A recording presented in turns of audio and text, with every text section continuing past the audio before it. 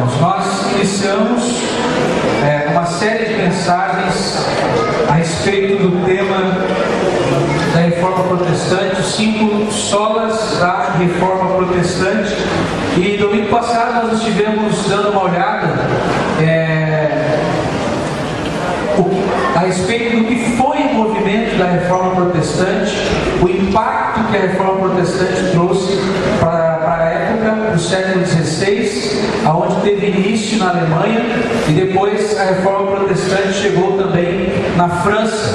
Irmãos, nós estamos tratando acerca de um aspecto que diz respeito a alguns conceitos bíblicos, acerca de alguns pontos e temas que são extremamente importantes e relevantes para a nossa fé, para o nosso entendimento acerca de Deus, nosso relacionamento com Deus, e acerca de algumas doutrinas que são fundamentais, que são muito importantes para nós cristãos, para nós, Igreja do Senhor Jesus.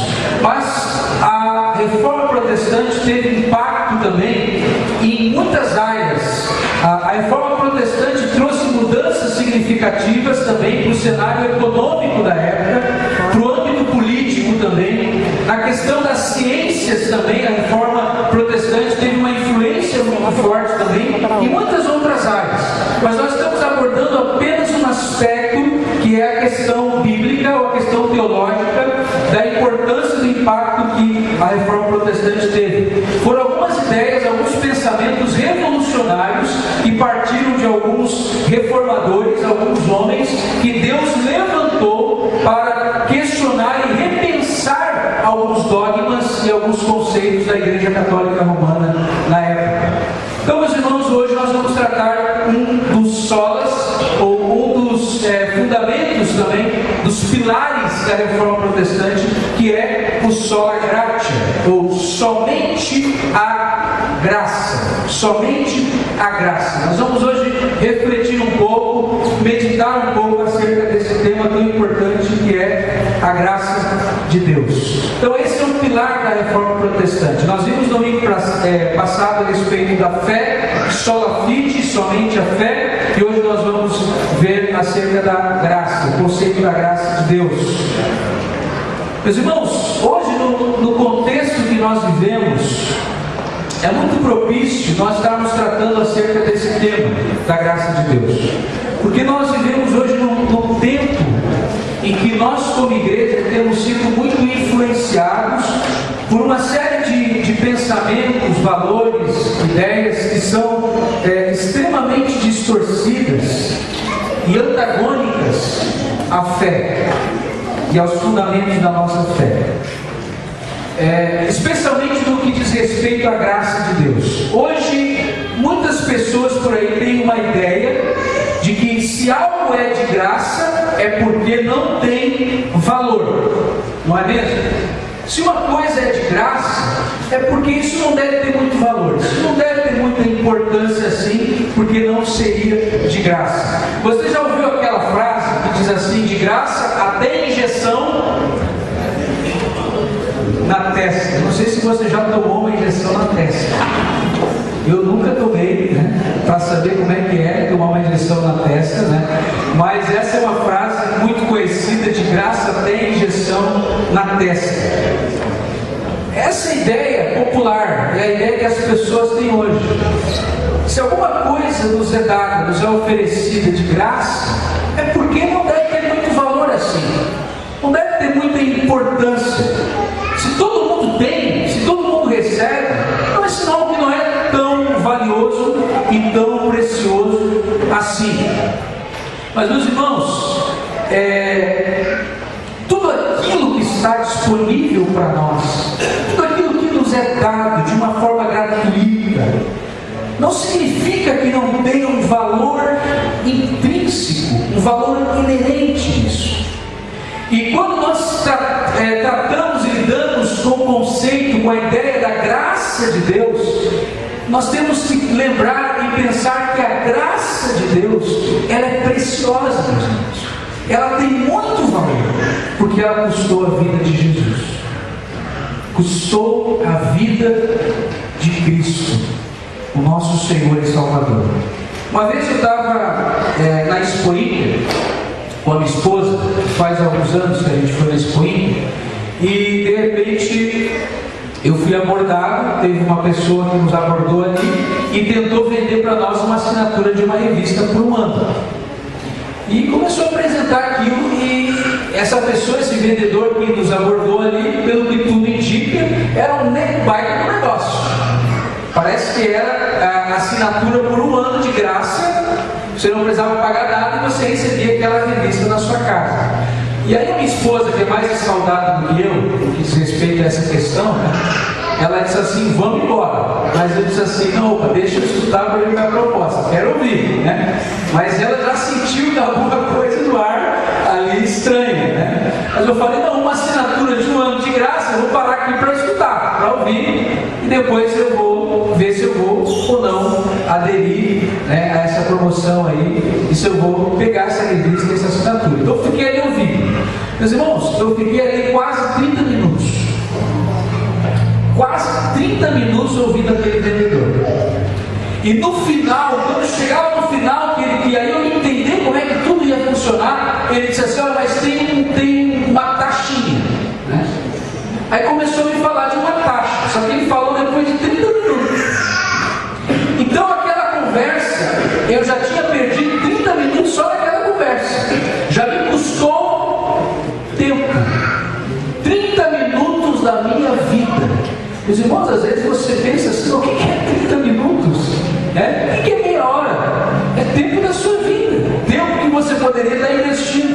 Tempo que eu poderia estar passeando com a minha esposa pela Expo Inter, estar fazendo outras coisas, olhando, sei lá, tempo que a gente poderia estar desfrutando da companhia um do outro. Eu estava ali tentando ouvir e entender o que significava aquela promoção.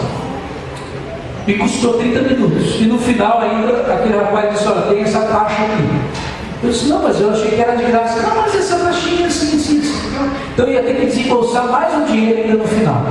Então, quando a gente ouve que uma coisa é de graça, a gente tem que ficar com o pé atrás. Isso é normal. Nós somos seres humanos, principalmente o povo daqui, o povo gaúcho, às vezes é um povo muito desconfiado. Então, quando a gente ouve falar que uma coisa vem de graça, você não precisa pagar nada por aquilo, a gente realmente fica desconfiado, a gente fica com o pé atrás. Mas, meus irmãos, tem algo que a Bíblia fala que nos é oferecido de graça. E esse conceito que nós temos, essa ideia de que porque algo nos é oferecido de graça não tem valor, quando nós transferimos isso para o campo da fé, quando nós passamos a olhar isso para o âmbito cristão, espiritual, isso pode prejudicar também a nossa compreensão e o nosso relacionamento com a graça de Deus. Às vezes nós começamos a banalizar a graça de Deus. A graça de Deus está sendo nos nossos dias muito banalizada. As pessoas estão negligenciando a graça de Deus, porque estão deixando que essa ideia que existe na sociedade de graça influencie a nossa mentalidade e a nossa visão a respeito da graça de Deus. A graça de Deus não é uma graça barata. A graça de Deus é uma graça preciosa. Ela é uma graça valiosa porque ela custou exatamente, meus irmãos, a vida do Filho de Deus. Custou a vida de Jesus. E por isso que nós não podemos tratar a graça de forma leviana. Por isso que nós não podemos tratar essa graça de Deus com desprezo, meus irmãos. Com desprezo. Porque essa graça de Deus, ela foi nos dada por meio da morte e do sacrifício de Jesus na cruz do Calvário. Na cruz do Calvário. Eu já ouvi algumas conversas por aí, algumas pessoas acham que a Bíblia, o Antigo Testamento, fala da lei, e o Novo Testamento fala da graça de Deus. Alguns dividem e fazem essa dicotomia da Bíblia. O Antigo Testamento é lei, o Novo Testamento é graça. Meus irmãos, a graça, ela está presente em toda a Escritura, de Gênesis a Apocalipse. O tema da graça de Deus, ele permeia, ele perpassa e ele transpassa todas as páginas da Escritura. Desde o livro de Gênesis, você vai se deparar com a graça de Deus até o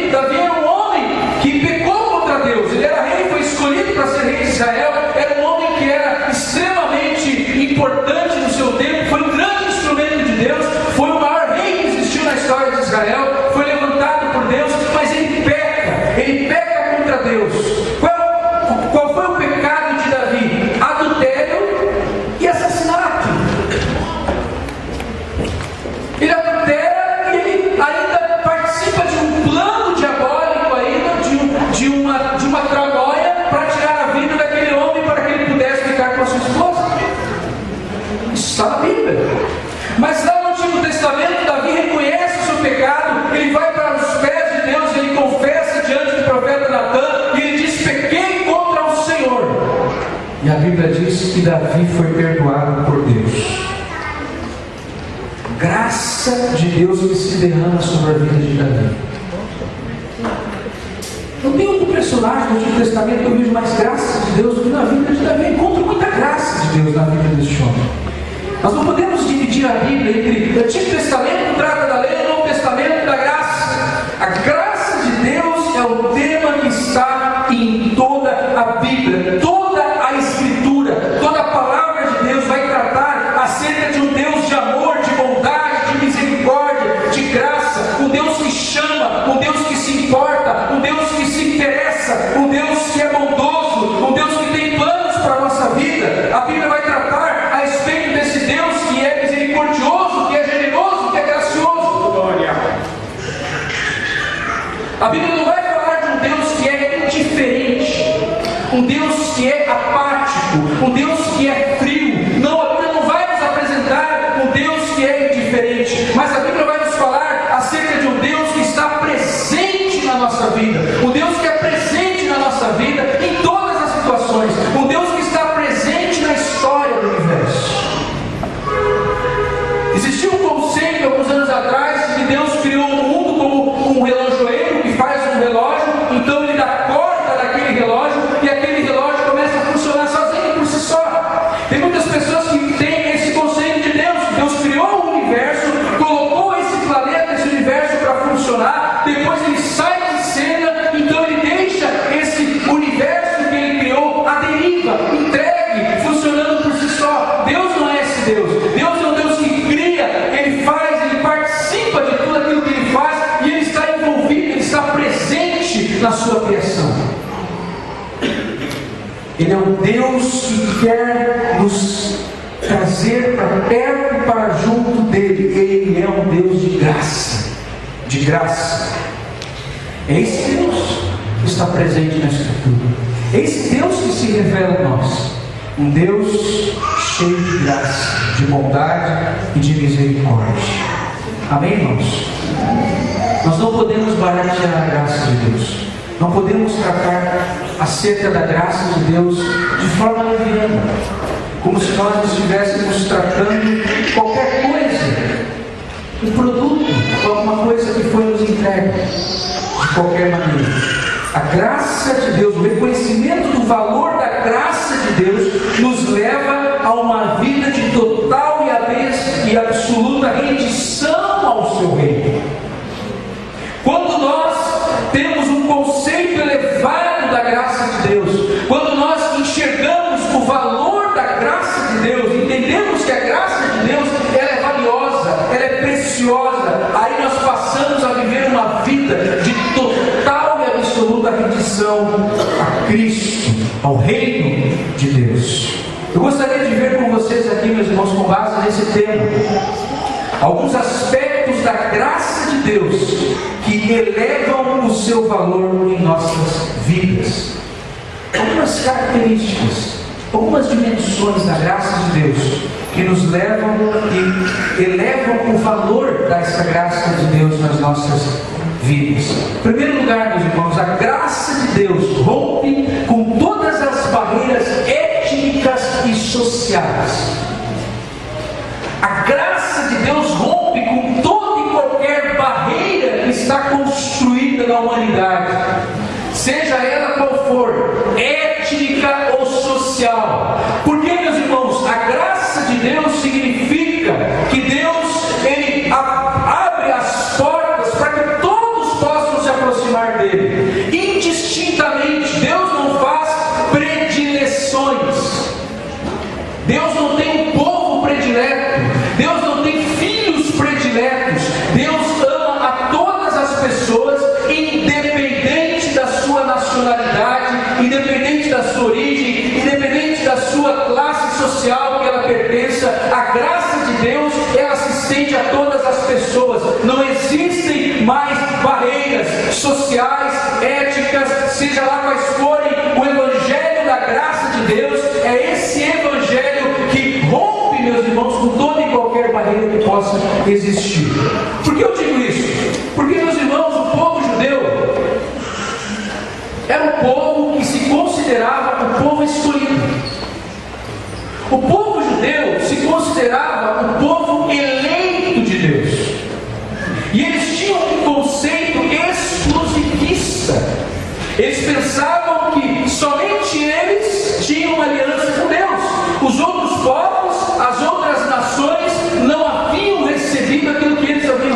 da parte de Deus.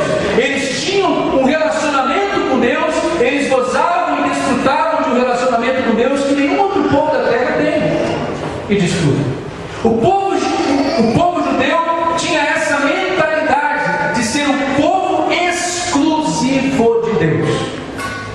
Nenhuma outra nação, nenhum outro povo, somente eles são o povo escolhido de Deus. Só que quando nós começamos a olhar no Novo Testamento, nós vamos perceber que o conceito da graça de Deus é um conceito universal. Deus vai ampliando a sua perspectiva, Ele vai ampliando o seu leque de ação, e Deus vai trabalhando, Ele vai alcançando a todas as pessoas, independente de sangue, independente de tribo, língua ou nação.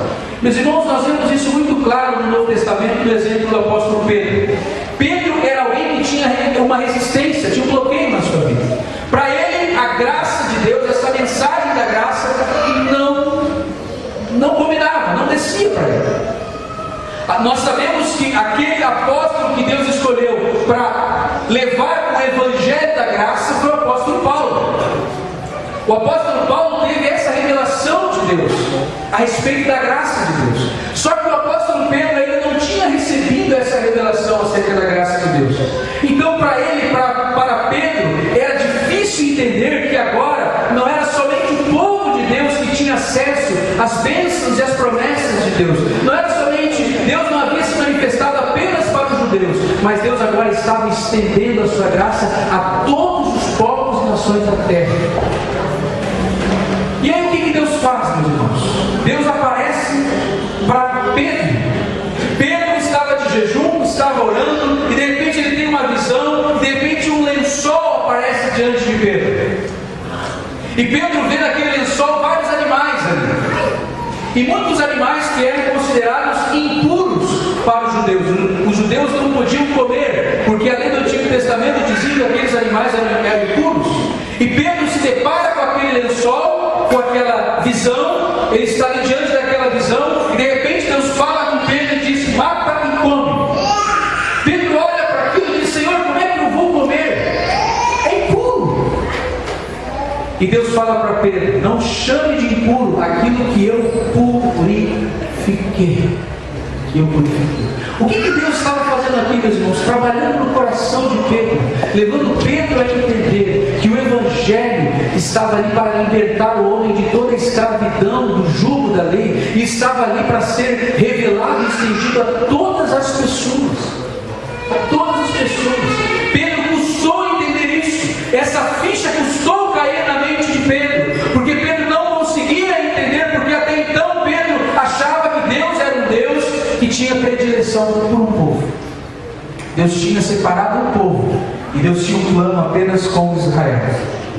Meus irmãos, essa perspectiva da graça de Deus, esse aspecto da graça de Deus, deveria nos levar a proclamar o Evangelho a todas as pessoas.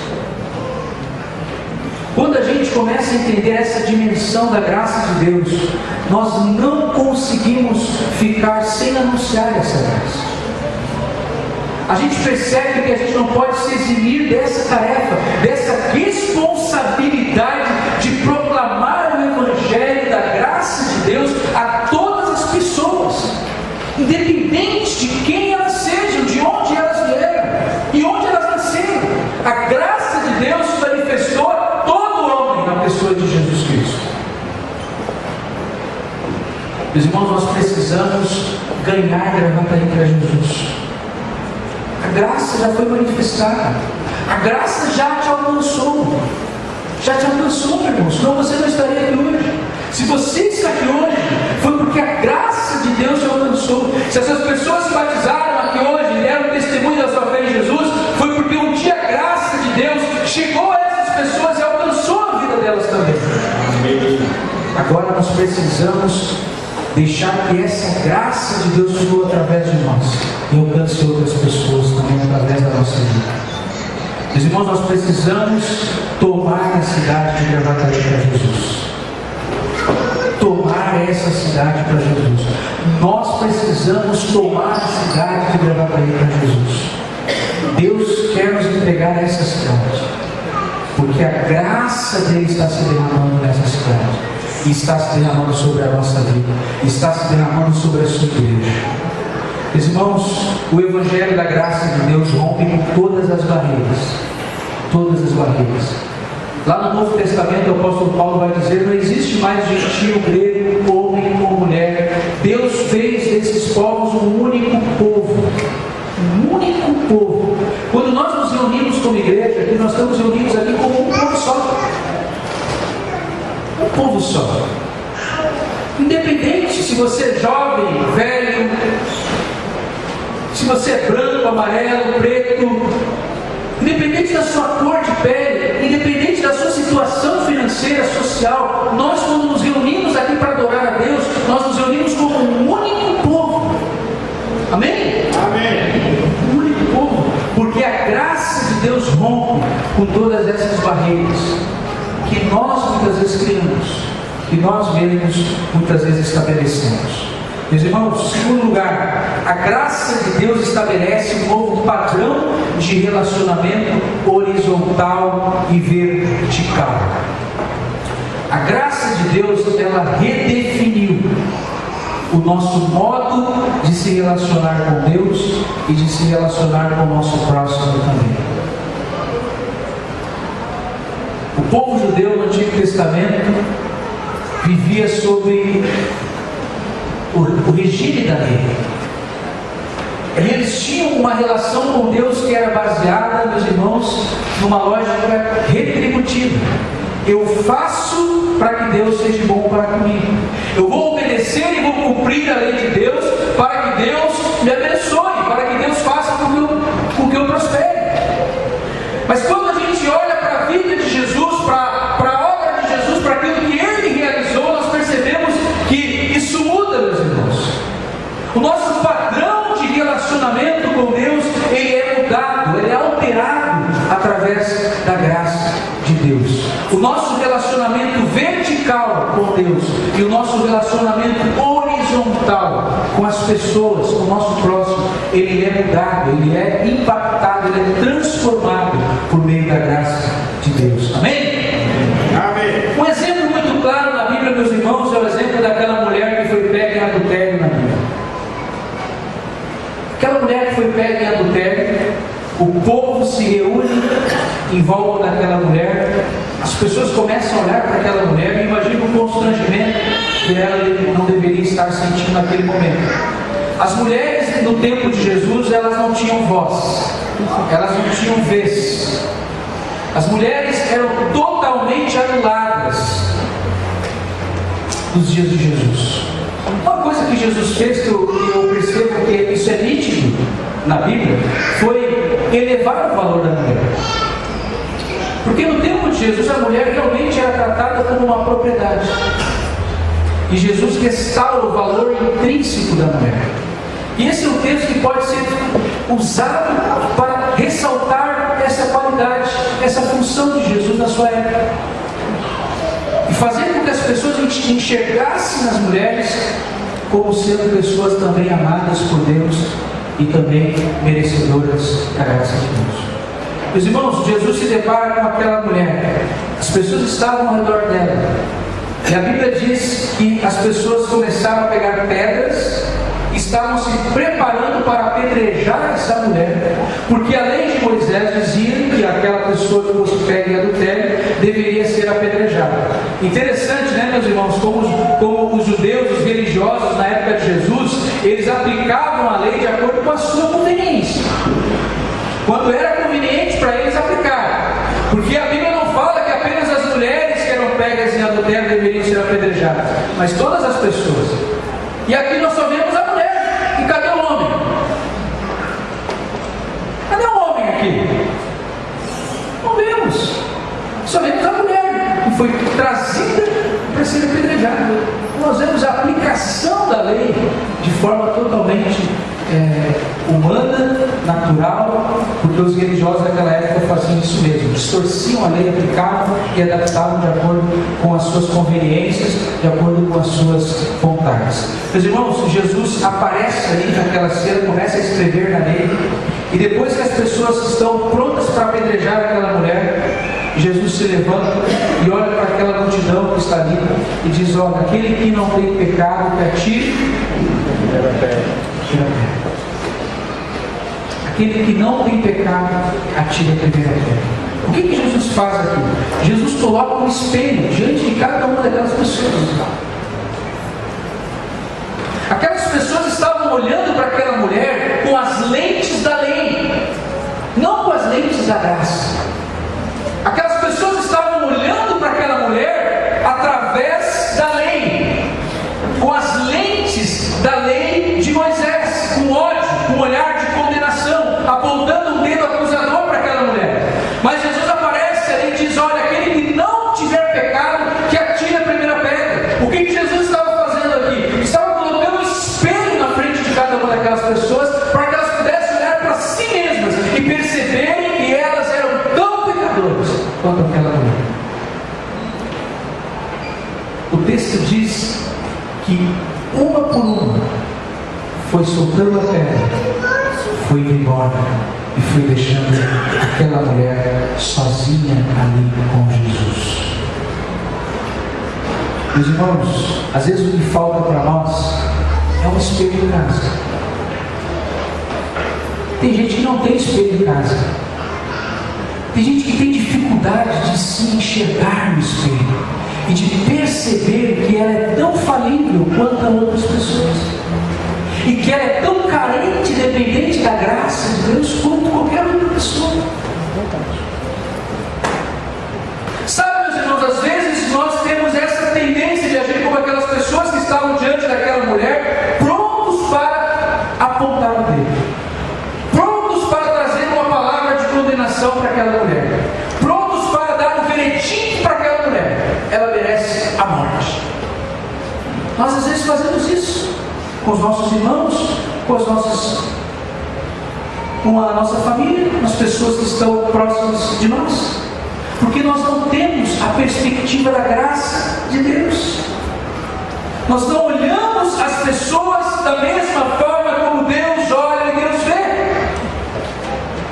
E a pergunta que eu faço para você hoje, meu irmão: você tem deixado que a graça de Deus permeie os seus relacionamentos interpessoais?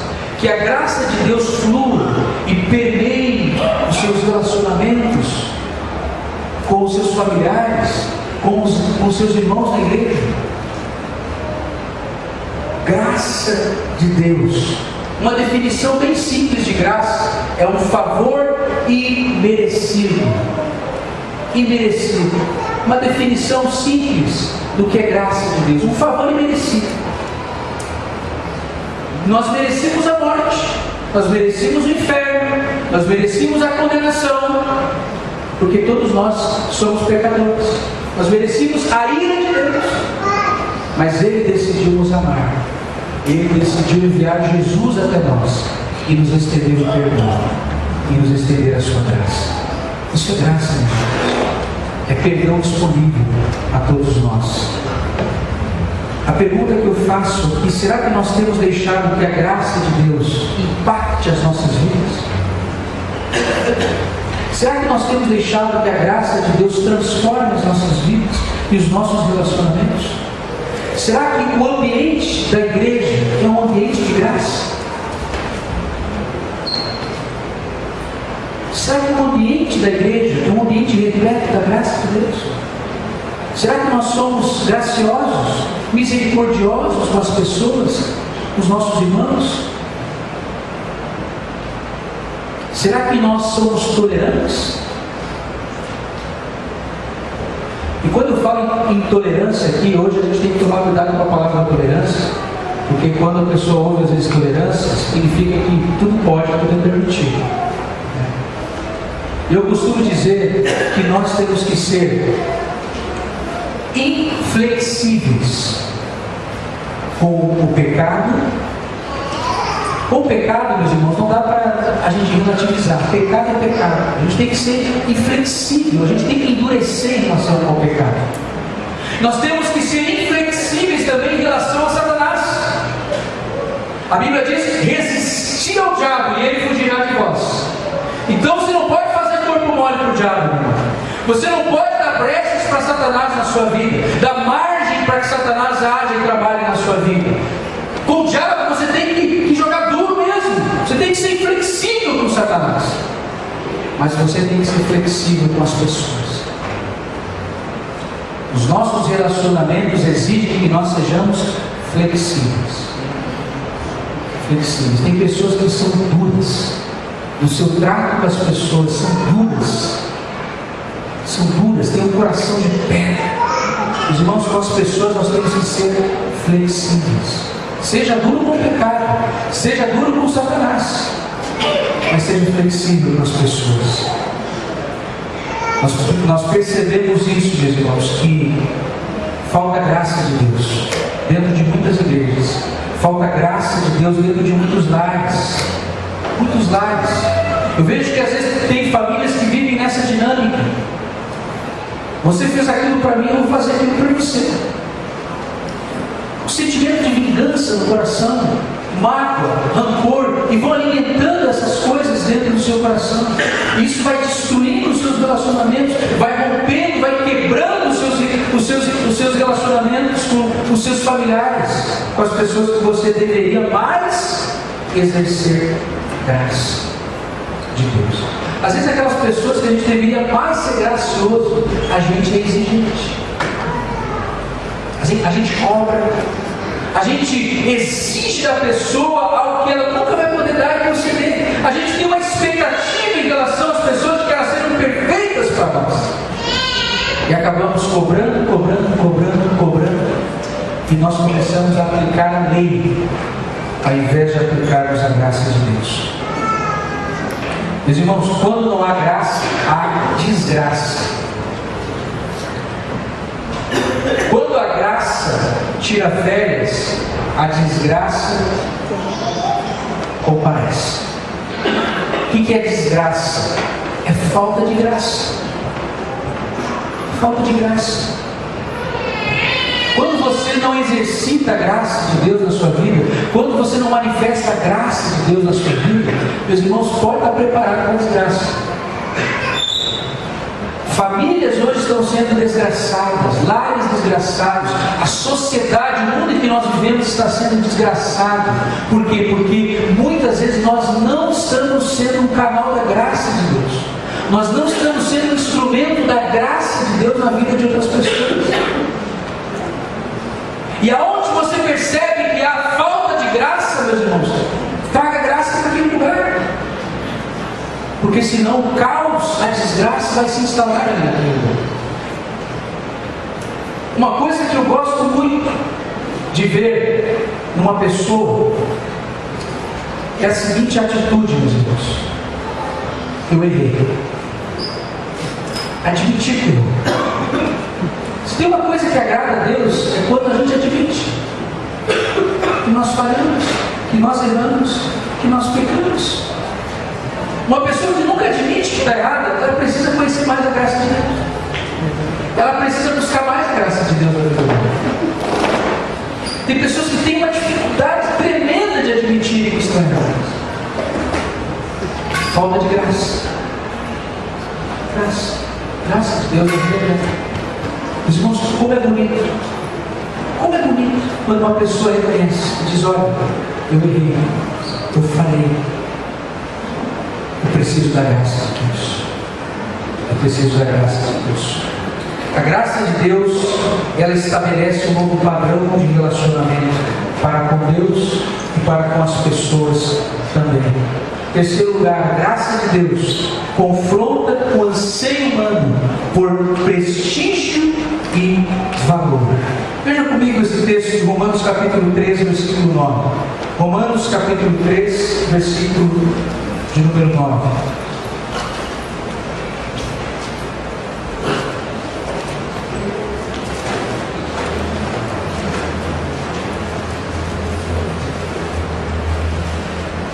Romanos capítulo 3, versículo 9, do versículo 9 ao versículo 12. Que concluiremos então? Estamos em posição de vantagem? Não. Já demonstramos que tanto judeus quanto gentios estão debaixo do pecado. Como está escrito: não há nenhum justo, nenhum sequer. Não há ninguém que entenda, ninguém que busque a Deus. Todos se desviaram, tornaram-se juntamente inúteis, e não há ninguém que faça o bem. Não há nem um sequer. Não há nenhum justo sequer. Isso está aqui em Romanos, mas o apóstolo João também, lá no Novo Testamento, vai dizer que aquele que diz que não tem pecado, mente, é mentiroso, já está pecando, só por dizer que nunca pecou, que não tem pecado, já está cometendo um pecado que é o pecado da mentira. O apóstolo João vai falar isso lá no Novo Testamento. Mas, meus irmãos, a graça de Deus confronta o nosso anseio humano de prestígio e valor. Aquela pessoa que vem para Jesus, muitas vezes ela vem com o ego dela inflado. O que o mundo está tentando vender? Que tipo de mensagem que o mundo está tentando vender para as pessoas? Você pode tudo. Você tem potencial. Você vai nas livrarias, os livros que mais estão vendendo hoje são livros de autoajuda. Livros que dizem que você é poderoso, que você pode tudo, que você tem um potencial tremendo, que você vai ganhar o mundo, que você tem que alcançar o sucesso. Livros que vão inflando o seu ego. Eu posso. Eu tenho um pensamento positivo. Eu vou conquistar tudo que eu quero. Tudo está dentro de mim. Eu vou alcançar esse mundo. Não tem nada impossível para mim. E as pessoas estão tendo o seu ego inflado. E a mensagem que muitas pessoas estão recebendo por aí é uma mensagem para tentar ajustar a sua autoestima, para fazer com que as pessoas se sintam bem consigo mesmas. O que a graça de Deus nos diz? Que nós não somos nada, que nós somos pecadores, que nós estamos mortos em nossos delitos e pecados, que não há saída e solução para nós, a não ser correr para os braços de Deus. Amém. Aleluia. Então, quando você vem para Jesus com o seu ego inflado, o que Jesus faz? Ele fura esse balão. Ele vai puxando você. E aí você vê como eu sou pecador, como eu preciso da graça, como eu preciso depender de Deus, como eu não sou nada sozinho. E aí, quando você vem para Jesus, você começa a viver esse processo. Você vai sendo esvaziado. Porque quando Jesus veio a este mundo, isso está lá em Filipenses, a Bíblia diz que ele se esvaziou de si mesmo. Jesus, ele era Deus, mas quando ele se torna homem, a Bíblia diz lá em Filipenses, diz que ele se esvazia de si mesmo, da sua glória. E ele vem na forma de homem e na forma de servo. Ele vem e se coloca numa situação de humildade e de submissão à vontade do Pai. Ele vai no lugar mais baixo, para que Deus pudesse colocá-lo e elevá-lo na posição mais alta. Hoje ele está à destra de Deus, ressuscitado, reinando com poder e glória. Mas ele precisou descer, vir até este mundo e se tornar como um de nós. Meus irmãos, é isso que acontece. O Evangelho, a graça de Deus, ela vai revelar o que está no nosso coração, quem nós somos, e nós vamos perceber, meus irmãos, que não há outra maneira a não ser correr para os braços de Jesus. Não tenha orgulho no seu coração, não tenha qualquer tipo de sentimento no seu coração como se você fosse melhor ou superior a outras pessoas. Havia esse sentimento por parte do povo judeu de se sentir a nação privilegiada. Nós somos privilegiados. Deus se revelou a nós. Deus se manifestou a nós. Deus apareceu para Moisés. Nós somos um povo privilegiado. Eles tinham esse sentimento de orgulho, meus irmãos, no coração deles. Quantos crentes às vezes se sentem melhores? Porque são crentes em relação a outras pessoas. Nós não podemos jamais, meus irmãos, nos sentir superiores a alguém. Porque somos crentes, porque conhecemos a Deus. Isso é que os religiosos da época de Jesus faziam. Se colocavam num patamar mais elevado em relação às outras pessoas. Nós conhecemos a Deus. Nós temos a experiência com Deus. Meus irmãos, eu tenho dificuldade com isso, quando algumas pessoas se colocam numa situação de se acharem mais espirituais do que outras. Sabe que tem pessoas assim?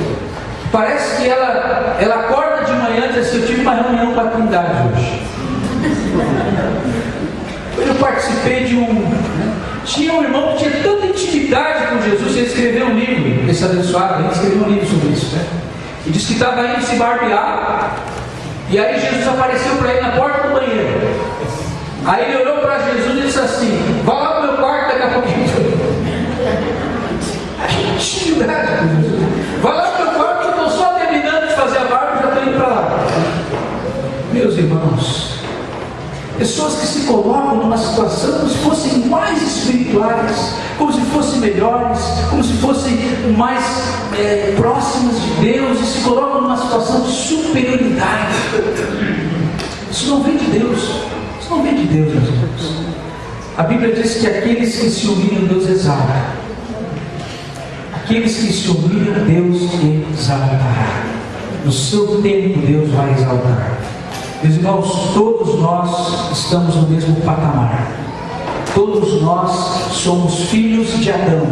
Todos nós herdamos a natureza pecaminosa de Adão. Os genes de Adão está em nós. A pessoa não se torna pecadora, ela nasce pecadora. Meus irmãos, não é aquela pessoa que eu nasci, eu cresci, agora eu vou pecando e vou me tornando um pecador à medida que eu vou praticando o pecado. Não! A Bíblia diz que todos nós nascemos pecadores. Nós não somos pecadores porque nos tornamos pecadores. Nós somos pecadores porque nascemos pecadores. E como eu tenho aprendido isso com a minha filha Esther, você diz uma coisa para ela vai lá e tem, filha, não faz isso. Eu já perdi a conta de quantos anos eu já disse para minha filha, 1 ano de idade que ela tem.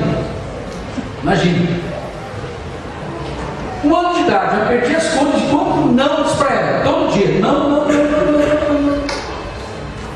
E uma psicóloga já me falou que até os 3 anos, a criança ouve mais não ainda. Diz que a fase que a criança mais ouve não é até os 3 anos de idade. E mais não pela frente. O que isso indica, meus irmãos? Que todos nós já nascemos com uma propensão para o pecado, com uma inclinação natural para o mal. Isso está em nós, se chama natureza pecaminosa. Todos nós temos uma inclinação para o pecado, meus irmãos. Então nós não podemos nos colocar numa situação de que nós somos superiores em relação às outras pessoas, porque temos a Deus, porque conhecemos ao Senhor. Não, meus irmãos. Nós dependemos todos os dias da graça de Deus. A Bíblia diz que Deus, Ele veio ao nosso encontro e Ele nos perdoou quando ainda nós estávamos mortos dos nossos delitos e pecados. Todos nós somos, com licença da expressão, farinha do mesmo saco. Todos nós viemos de Adão. Todos nós viemos de lá. E carecemos da graça de Deus. Amém? Amém. Às vezes tem gente que olha assim, como é que aquela pessoa vai para o céu? Só por um milagre, mas ir para o céu é um milagre mesmo, meus irmãos. É um milagre. Não tem outra forma, é um milagre. Nós vamos para o céu por um milagre de Deus mesmo. A obra que Deus realiza através de nós, a conversão na vida de uma pessoa, é um verdadeiro milagre. É algo realizado pelo Espírito Santo de Deus nas nossas vidas. Tem pessoa que diz, mas Deus arranja cada filho, não sei que ele arranja esses filhos. Deus arranja cada filho assim que... Mas é isso mesmo, isso se chama graça de Deus, meus irmãos. Sabe aquela pessoa que você diz assim, aquela pessoa intragável? O seu organismo espiritual não consegue digerir aquela pessoa. Mas eu quero dizer para você que o organismo de Deus digere. O organismo de Deus funciona diferente do nosso organismo. Tem pessoas que Deus consegue digerir, que nós muitas vezes não conseguimos, porque é graça de Deus. É graça de Deus. Amém, meus irmãos? Amém. Por último, a graça de Deus nos convida para uma rendição total e absoluta ao seu reino. Romanos 12, 1 e 2. Romanos capítulo 11, versículo 1 e 2 diz assim: portanto, irmão, rogo-lhes pelas misericórdias de Deus, que se ofereçam em sacrifício vivo, santo e agradável a Deus. Esse é o culto racional de vocês. Não se amoldem ao padrão deste mundo, mas transformem-se pela renovação da sua mente, para que sejam capazes de experimentar e comprovar a boa, agradável e perfeita vontade de Deus. O texto começa dizendo que nós precisamos nos oferecer a Deus como sacrifício vivo. E isso, meus irmãos, fala de rendição. Nenhuma pessoa experimenta a vontade de Deus na vida dela, a não ser que primeiro ela não tenha se entregado por inteiro, a não ser que primeiro que ela não tenha ainda se oferecido como sacrifício vivo diante de Deus e se colocado numa condição de rendição total e absoluta ao senhorio de Cristo e ao reino de Deus. A graça de Deus, meus irmãos, convida cada um de nós para uma rendição absoluta e total ao seu reino. Até o capítulo 11 de Romanos, Paulo vai tentar explicar o que é graça de Deus. Ele vai tentar fazer com que a gente tenha uma visão bíblica correta da graça de Deus. A partir do versículo 12, o apóstolo Paulo vai falando a respeito de como viver essa dinâmica da graça, como experimentar a graça de forma que nós possamos cada dia estarmos vivendo na presença de Deus, a ponto de que essa vontade de Deus venha se concretizar em nós. Meus irmãos, a única atitude que você deve ter diante da graça de Deus é se render. É se render. Não há outra opção, não há outra escolha a não ser se render diante da graça de Deus. Amém. Esteja disposto nessa noite a se render à graça de Deus, a deixar que a graça de Deus promova na sua vida uma transformação. A graça de Deus flua na sua vida ao ponto de transformar você num novo homem, numa nova mulher, numa pessoa que vive dentro do reino de Deus. Dentro do reino de Deus. Você deseja nessa noite aqui experimentar a graça de Deus de uma forma que você ainda não experimentou? Você já parou para pensar se os nossos relacionamentos aqui na igreja, no nosso lar, com as pessoas lá no seu trabalho, se os seus relacionamentos fossem marcados pela graça de Deus, como que seriam esses relacionamentos? Você já parou para imaginar como seria o mundo se existisse mais espaço para a graça de Deus na nossa vida? Você já pensou como seria essa igreja se nós manifestássemos mais graça? Se nós deixássemos verdadeiramente que a graça de Deus abundasse e transbordasse as nossas vidas, meus irmãos? Como seria essa igreja? Como seria o seu trabalho se você manifestasse mais graça de Deus lá? Se você fosse mais misericordioso, generoso, perdoador? Como seria o seu ambiente de trabalho? E como seria o mundo se nós manifestássemos mais a graça de Deus? Já parou para pensar nisso? Já parou para refletir nisso? O impacto dessas nossas atitudes, escolhas, decisões baseadas nessa graça de Deus? Porque todos nós aqui somos filhos da graça. Somos filhos da graça de Deus. E nenhum de nós estaríamos na família de Deus se não fosse pela graça de Deus. Meus irmãos, tudo que eu sou hoje, tudo que eu sou hoje, tudo que eu tenho, tudo que eu sou, tudo que eu possuo, eu tenho clara consciência de que é graça de Deus. A família que eu tenho, o casamento que eu tenho, é graça de Deus. É pura graça de Deus. Você tem consciência disso, meu irmão? Amém. Que o que sustenta é a graça de Deus. Que o que faz com que você acorde todas as manhãs é graça de Deus. Aleluia. Quando você se sente lá na lama, muitas vezes, lá embaixo, você não tem força para orar, você não tem força para ir na igreja, você não tem força para sair da sua casa, mas aí você ouve aquela voz falando com você, dizendo: olha, meu filho, a minha graça te basta. Confia em mim, porque a minha graça é suficiente para você. Essa foi a luta de Paulo. Paulo pediu para 3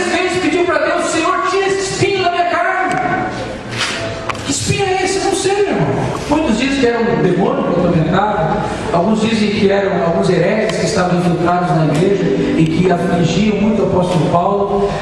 Tem várias explicações para o espinho na carne de Paulo, mas uma coisa eu sei, meus irmãos, que ele orou pedindo para que Deus tirasse aquele espinho da sua carne e trazer sofrimento para ele. Ele disse que por 3 vezes ele pediu e clamou a Deus que tirasse, e Deus não tirou aquele espinho de Paulo. Deus disse: é na fraqueza que o meu poder é aperfeiçoado, e a minha graça, Paulo, te basta, é suficiente. Meu irmão, não existe nada maior do que a graça de Deus. Não existe nada mais poderoso do que a graça de Deus. Não existe mais nada mais revolucionário do que a graça de Deus na vida de uma pessoa, de um homem, de uma mulher. Meu irmão, seja cheio da graça de Deus nessa noite. Seja cheio da graça de Deus, minha irmã. Passe a olhar para o seu marido com as lentes da graça de Deus. Seja mais compreensiva, meu irmão. Meu irmão, você olha para sua esposa através das lentes da graça de Deus. Seja mais compreensivo com a sua esposa. Irmão, não seja tão duro. Deixa a graça de Deus nessa noite transformar o teu coração, a tua vida, em nome de Jesus.